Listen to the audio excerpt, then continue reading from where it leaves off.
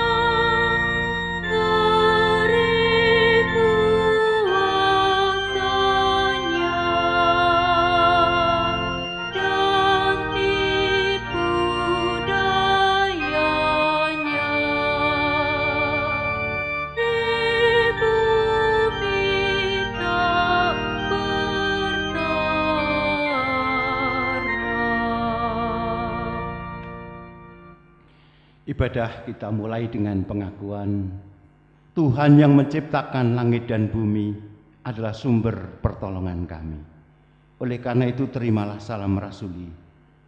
Kasih karunia dan damai sejahtera dari Allah Bapa kita dan Tuhan Yesus Kristus ada pada saudara sekalian. Amin.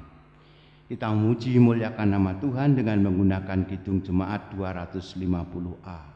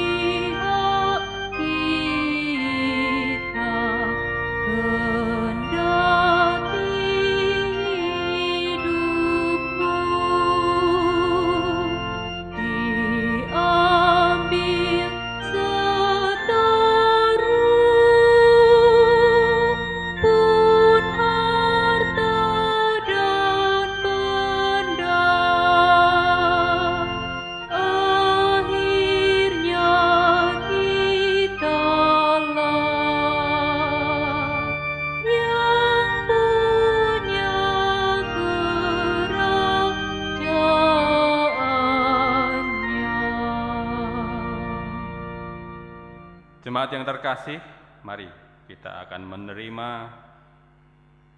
hukum kasih yang terambil dari Matius 22 ayat 37 sampai dengan 40. Jawab Yesus kepadanya, "Kasihilah Tuhan Allahmu dengan segenap hatimu dan dengan segenap jiwamu dan dengan segenap akal budimu. Itulah hukum yang terutama dan yang pertama. Dan hukum yang kedua yang sama dengan itu ialah, kasihilah samamu manusia seperti dirimu sendiri. Pada kedua hukum inilah tergantung seluruh hukum Taurat dan kitab para nabi." Jemaat yang terkasih, setelah kita menerima firman Tuhan ini, kita belum bisa sepenuhnya melaksanakan firman Tuhan ini di dalam kehidupan kita hari lepas hari. Oleh karenanya, mari kita mengakui kesalahan-kesalahan kita dan menyesali dosa-dosa kita.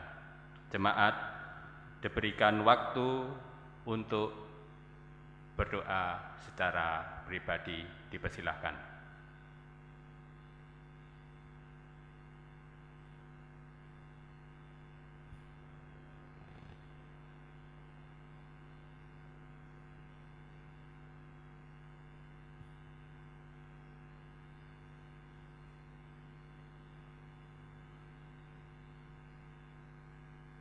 Kita nyanyikan nyanyian penyesalan dosa melalui Kidung Jemaat 406, bait yang pertama, Ya Tuhan bimbing aku.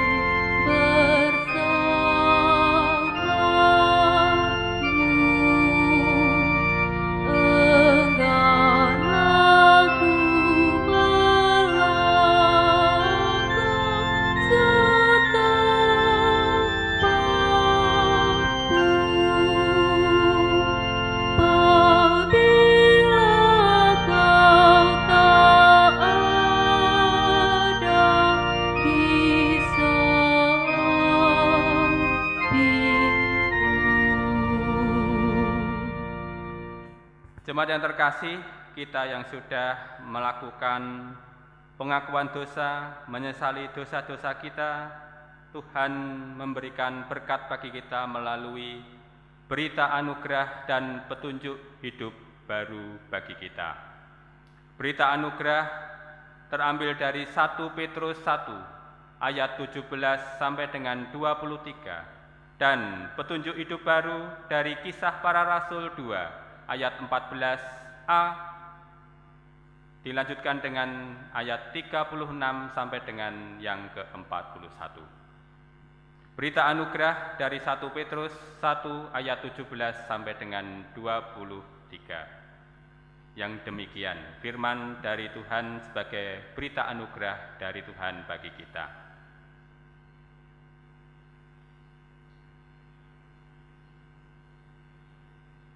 Dan jika kamu menyebutnya Bapa, yaitu Dia yang tanpa memandang muka menghakimi semua orang menurut perbuatannya, maka hendaklah kamu hidup dalam ketakutan selama kamu menumpang di dunia ini. Sebab kamu tahu bahwa kamu telah ditebus dari cara hidupmu yang sia-sia, yang kamu warisi dari nenek moyangmu itu, bukan dengan barang yang fana, bukan pula dengan perak atau emas, melainkan dengan darah yang mahal, yaitu darah Kristus yang sama seperti darah anak domba yang tak bernoda dan tak bercacat. Ia telah dipilih sebelum dunia dijadikan, tetapi karena kamu, Ia baru menyatakan dirinya pada zaman akhir. Oleh Dialah kamu percaya kepada Allah yang telah membangkitkan Dia dari antara orang mati dan yang telah memuliakannya, sehingga imanmu dan pengharapanmu tertuju kepada Allah. Karena kamu telah menyucikan dirimu oleh ketaatan kepada kebenaran, sehingga kamu dapat mengamalkan kasih persaudaraan yang tulus ikhlas. Hendaklah kamu bersungguh-sungguh saling mengasihi dengan segenap hatimu. Karena kamu telah dilahirkan kembali bukan dari benih yang fana, tetapi dari benih yang tidak fana, oleh firman Allah yang hidup dan yang kekal. Kita lanjutkan menerima petunjuk hidup baru dari Kisah Para Rasul 2 ayat 14a dilanjutkan 36 sampai dengan 41. Yang demikian, petunjuk hidup baru dari Tuhan. Maka bangkitlah Petrus berdiri dengan ke-11 rasul itu, dan dengan suaranya nyaring ia berkata kepada mereka, "Jadi seluruh kaum Israel harus tahu dengan pasti bahwa Allah telah membuat Yesus yang kamu salibkan itu menjadi Tuhan dan Kristus." Ketika mereka mendengar hal itu, hati mereka sangat terharu. Lalu mereka bertanya kepada Petrus dan rasul-rasul yang lain, "Apakah yang harus kami perbuat, saudara-saudara?" Jawab Petrus kepada mereka, "Bertobatlah, dan hendaklah kamu masing-masing memberi dirimu dibaptis dalam nama Yesus Kristus untuk pengampunan dosamu. Maka kamu akan menerima karunia Roh Kudus. Sebab bagi kamulah janji itu, dan bagi anak-anakmu, dan bagi orang yang masih jauh, yaitu sebanyak yang akan dipanggil oleh Tuhan Allah kita." Dan dengan banyak perkataan lain lagi, ia memberi suatu kesaksian yang sungguh-sungguh, dan ia mengecam dan menasihati mereka, katanya, "Berilah dirimu diselamatkan dari angkatan yang jahat ini." Orang-orang yang menerima perkataannya itu memberi diri dibaptis, dan pada hari itu jumlah mereka bertambah kira-kira 3.000 jiwa. Marilah jemaat yang terkasih, kita sanggupi firman Tuhan ini melalui kidung atau nyanyian kesanggupan melalui kidung jemaat 445, bait yang pertama, "Harap akan Tuhan."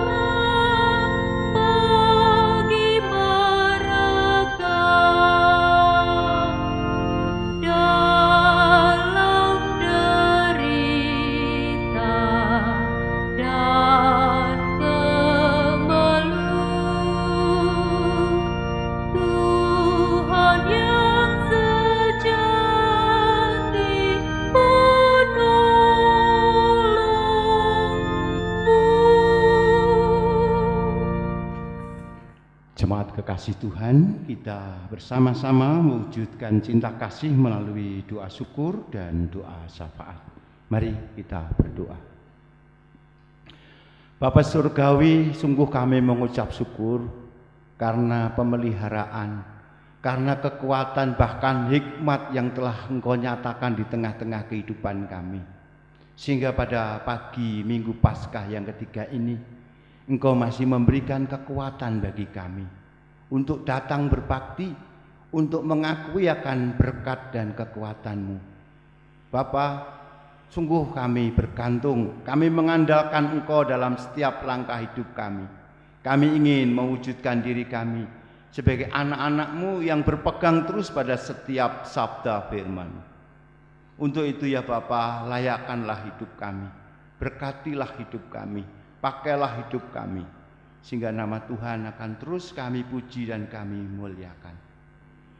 Bapa, pada kesempatan yang indah ini kami juga menyerahkan orang-orang yang kami kasihi.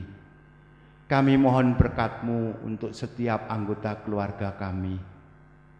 Tuhan, mampukan kami sebagai keluarga yang dapat merasakan cinta kasih, merasakan tuntunan dan pemeliharaan-Mu. Engkau berkati setiap anggota keluarga kami dengan hikmat,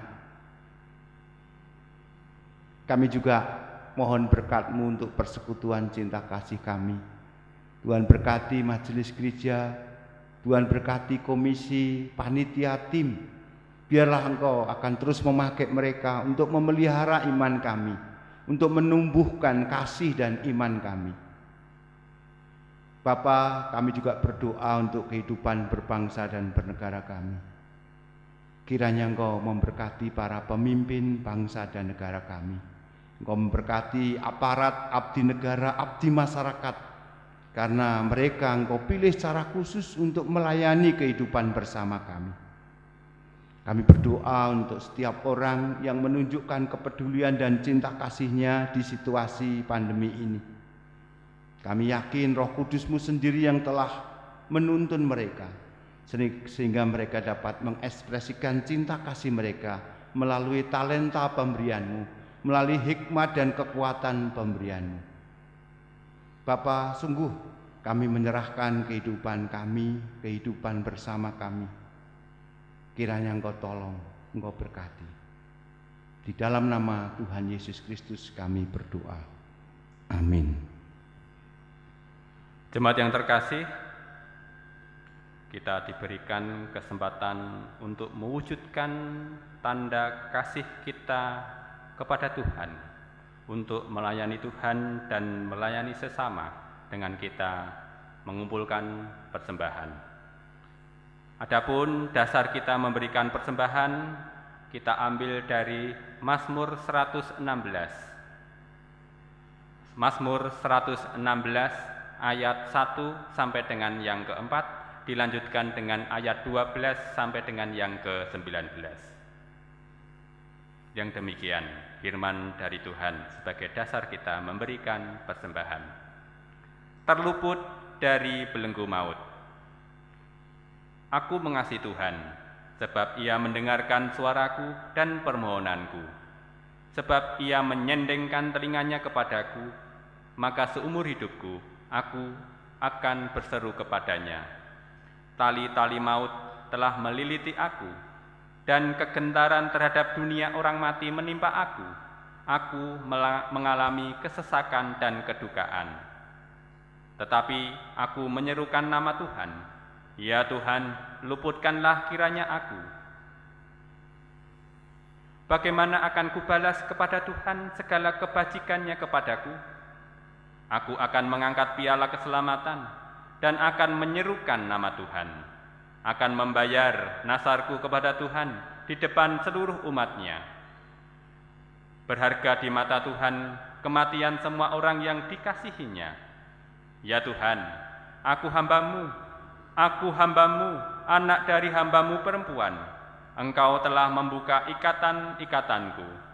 Aku akan mempersembahkan korban syukur kepadamu dan akan menyerukan nama Tuhan, akan membayar nazarku kepada Tuhan di depan seluruh umat-Nya, di pelataran Tuhan, di pelataran rumah Tuhan, di tengah-tengahmu, ya Yerusalem.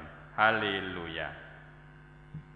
Jemaat yang terkasih, sambil kita mengumpulkan persembahan akan diiringi oleh pujian Kidung Jemaat 428 bait yang pertama, lihatlah sekelilingmu.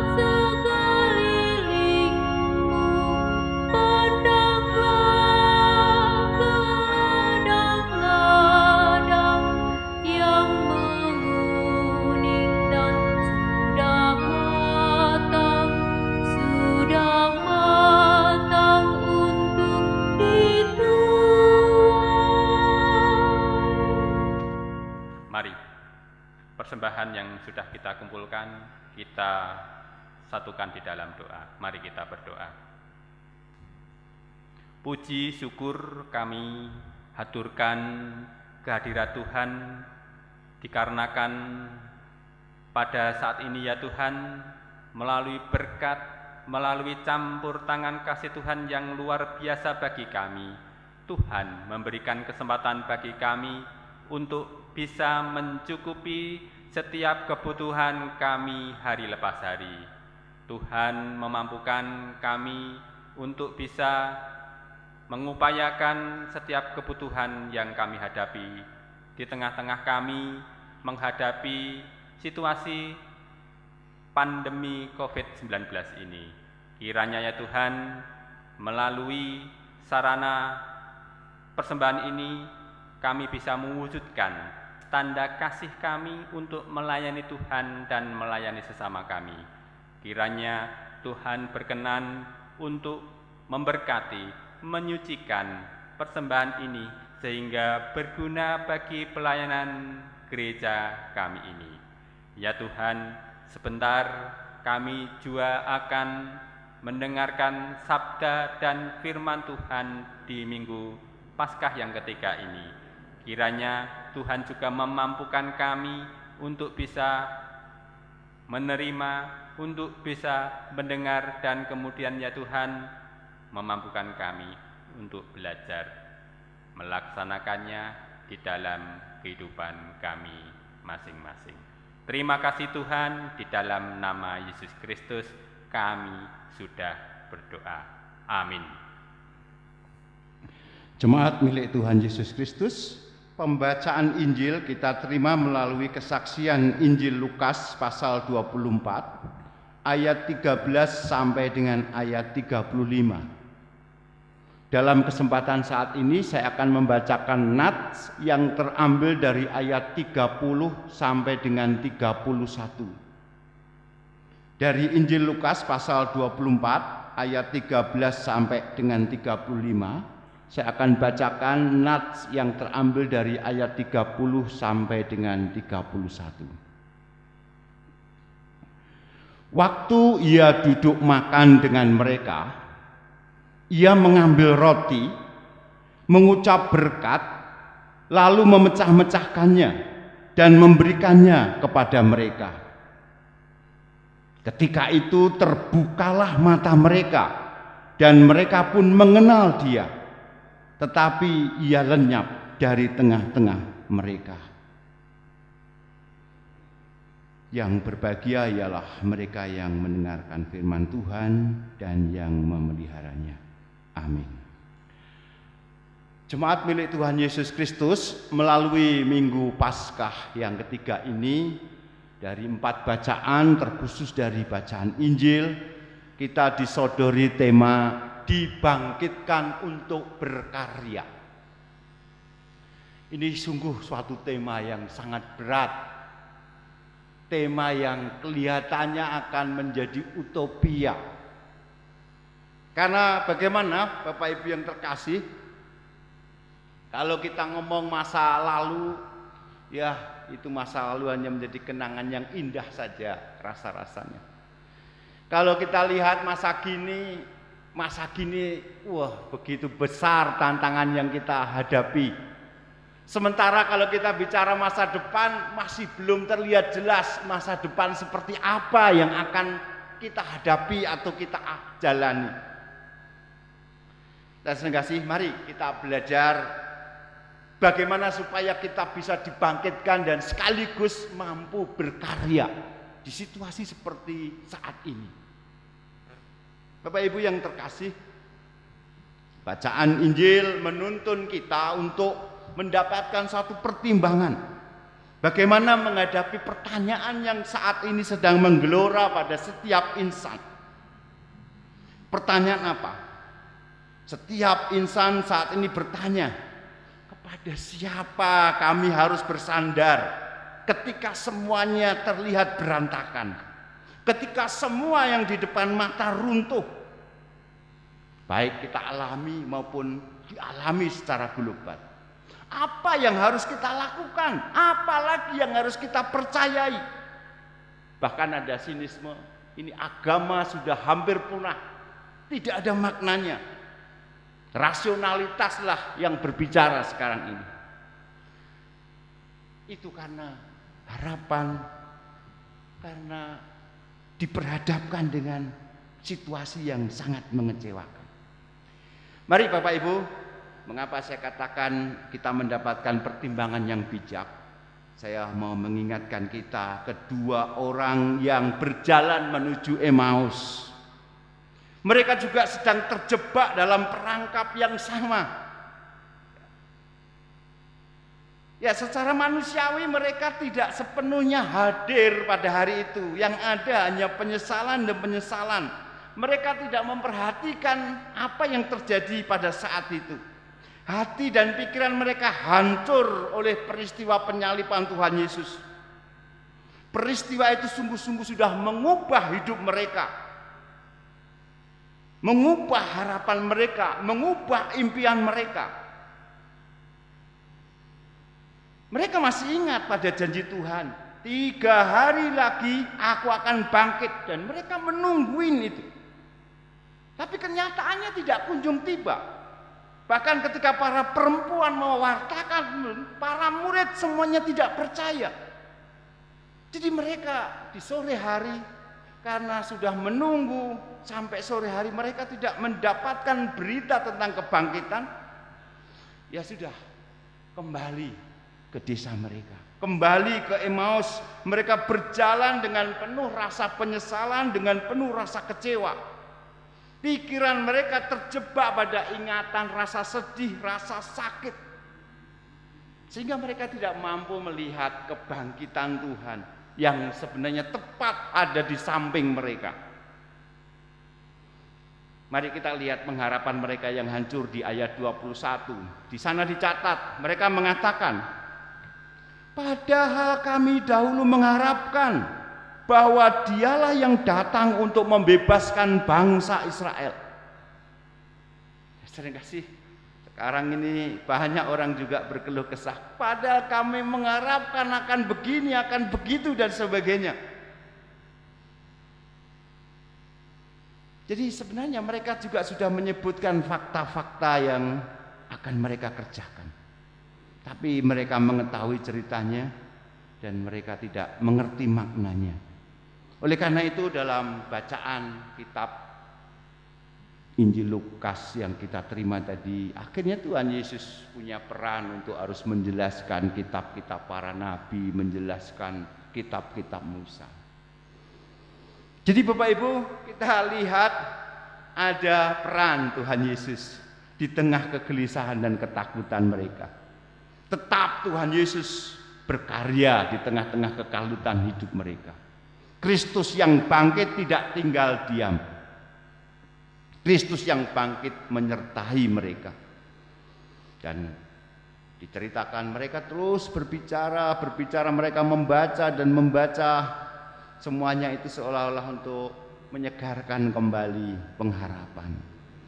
Dan itu bertitik kulminasi pada saat keramahan 2 orang itu mengundang Yesus yang bangkit itu untuk makan malam bersama. Dan terjadilah Yesus memecahkan roti, mengucap syukur, lalu membaginya. Dan seketika itu mereka mengenalinya. Jadi pikiran kedua orang itu tiba-tiba langsung terbuka ketika ada tindakan konkret.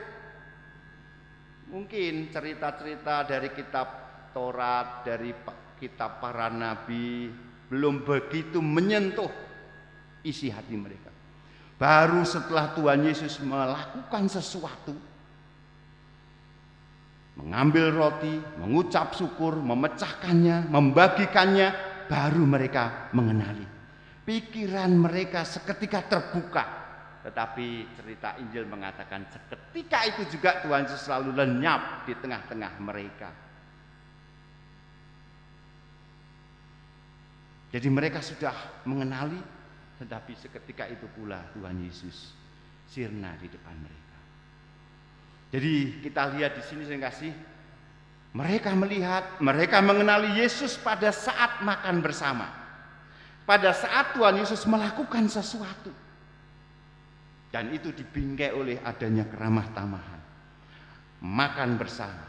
Dan itu pemicu terbukanya pikiran dan hati mereka. Saya kasih, kelihatannya di situasi saat ini dibutuhkan kesediaan, dibutuhkan semangat supaya orang bisa dibangkitkan dan sekaligus bisa berkarya. Supaya orang terbuka. Supaya apa? Mereka tidak hanya fokus kepada situasi mereka sendiri. Dengan demikian, serpihan puzzle iman mereka, mimpi mereka, harapan mereka yang sudah hancur itu dikembalikan oleh satu perbuatan konkret yang sederhana, yaitu dengan berbagi makanan, dengan perbuatan kasih. Dan itulah sebabnya mereka tidak kembali lagi tinggal di Emmaus, tetapi mereka balik lagi ke Yerusalem. Mereka bergegas dan menceritakan itu kepada para murid. Mereka bersaksi. Ada kebangkitan dalam diri mereka. Ada karya dalam diri mereka. Mereka sungguh-sungguh melihat dan meyakini Yesus bangkit. Dan itu membangkitkan mereka. Dan itu memicu karya mereka. Terima kasih. Bacaan 1 Petrus tadi juga berbicara tentang hal kelahiran baru. Para murid di Emmaus tadi sudah lahir baru, sudah mau berkarya. Dalam 1 Petrus ini berbicara tepat pada situasi kita. Banyak orang percaya yang memahami saat ini adalah situasi penghukuman. Jelas dikatakan dalam 1 Petrus pasal 1 ayat 17 sampai 23 tadi. Bukan. Situasi ini memang kelihatan gelap. Situasi ini kalau dirasa-rasakan memang tidak menumbuhkan pengharapan. Tetapi Petrus mengingatkan jemaat, kamu telah dilahirkan baru. Kamu sudah diselamatkan. Dan saatnya lah justru untuk memuliakan. Kehidupan Kristen yang penuh kasih, kehidupan Kristen yang penuh dengan ketulusan, itulah yang harus diproklamirkan sebagai cara hidup yang sudah dilahirkan. Kasih itu memberi kehidupan, kasih itu memberi harapan, kasih itu menebus, dan itu sudah harus selayaknya menjadi cara hidup orang percaya. Dan kasih sudah menjadi milik kita dalam Kristus, dan sudah saatnya itu dijalani dan dibagikan. Terima kasih, rahmat Allah yang besar juga sudah kita alami, kita rasakan sebagaimana yang dialami dan dirasakan oleh pemazmur. Dalam bacaan Mazmur 116, kalau kita hanya fokus pada tali-tali maut, ya, pada kecemasan dan kekhawatiran, kita akan hancur. Pemazmur mengajak kita supaya menyerahkan pengharapan kita hanya kepada Tuhan. Dan pengharapan itu diwujudkan dengan nasar, dengan perbuatan mengucap syukur. Jadi seringkali tidak sekedar menyerahkan, tapi ada nasar, ada perbuatan rasa syukur, mengucap syukur. Jadi sebagai orang percaya yang telah menerima kebaikan dan keselamatan dari Allah, kita perlu bertobat dari harapan-harapan yang salah, pengertian yang salah. Kita bertobat juga dari ketidakbersediaan kita untuk terbuka dan ramah terhadap yang lain. Kita perlu bernasar dan menunjukkan cara hidup yang penuh kasih dan ketulusan.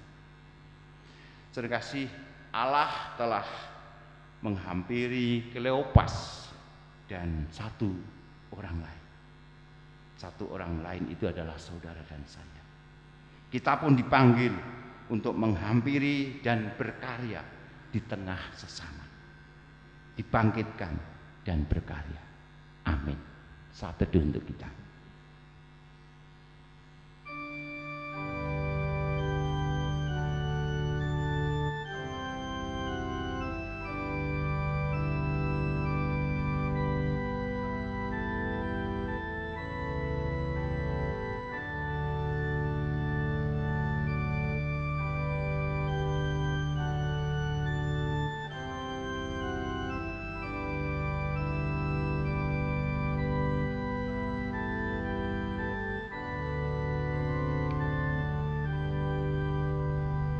kita berdoa sebagaimana yang diajarkan oleh Tuhan Yesus kepada kita. Bapa kami yang di surga, dikuduskanlah namamu, datanglah kerajaanmu, jadilah kehendak-Mu di bumi seperti di surga. Berikanlah kami pada hari ini makanan kami yang secukupnya, dan ampunilah kami akan kesalahan kami, seperti kami juga mengampuni orang yang bersalah kepada kami. Dan janganlah membawa kami ke dalam pencobaan, tapi lepaskanlah kami daripada yang jahat. Karena Engkau-lah yang punya kerajaan dan kuasa dan kemuliaan sampai selama-lamanya. Amin. Kita sambut, kita respon firman Tuhan dengan Kidung Jemaat 416, Tersembunyi Ujung Jalan.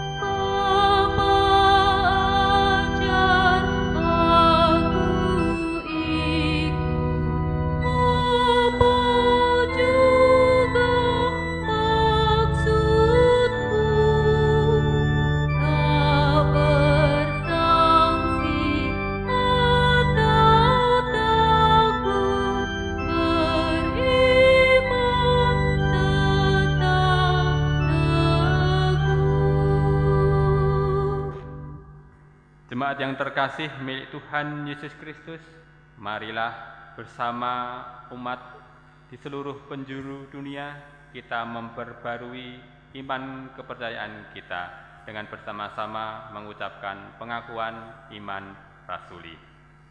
Aku percaya kepada Allah, Bapa yang Maha Kuasa, Khalik langit dan bumi, dan kepada Yesus Kristus, Anaknya yang tunggal Tuhan kita, yang dikandung daripada Roh Kudus, lahir dari anak darah Maria, yang menderita di bawah pemerintahan Pontius Pilatus, disalibkan, mati dan dikuburkan, turun ke dalam kerajaan maut. Pada hari yang ketiga, bangkit pula dari antara orang mati, naik ke surga, duduk di sebelah kanan Allah, Bapa yang Maha Kuasa, dan akan datang dari sana untuk menghakimi orang yang hidup dan mati. Aku percaya kepada Roh Kudus, gereja yang kudus dan persekutuan orang kudus, pengampunan dosa, kebangkitan daging, dan hidup yang kekal. Jemaat yang terkasih, di Minggu Paskah yang ketiga ini, waktunya kita dibangkitkan dari keterpurukan dan berkarya untuk menjadi tanda cinta kasih Tuhan bagi dunia. Dan terimalah berkat-Nya.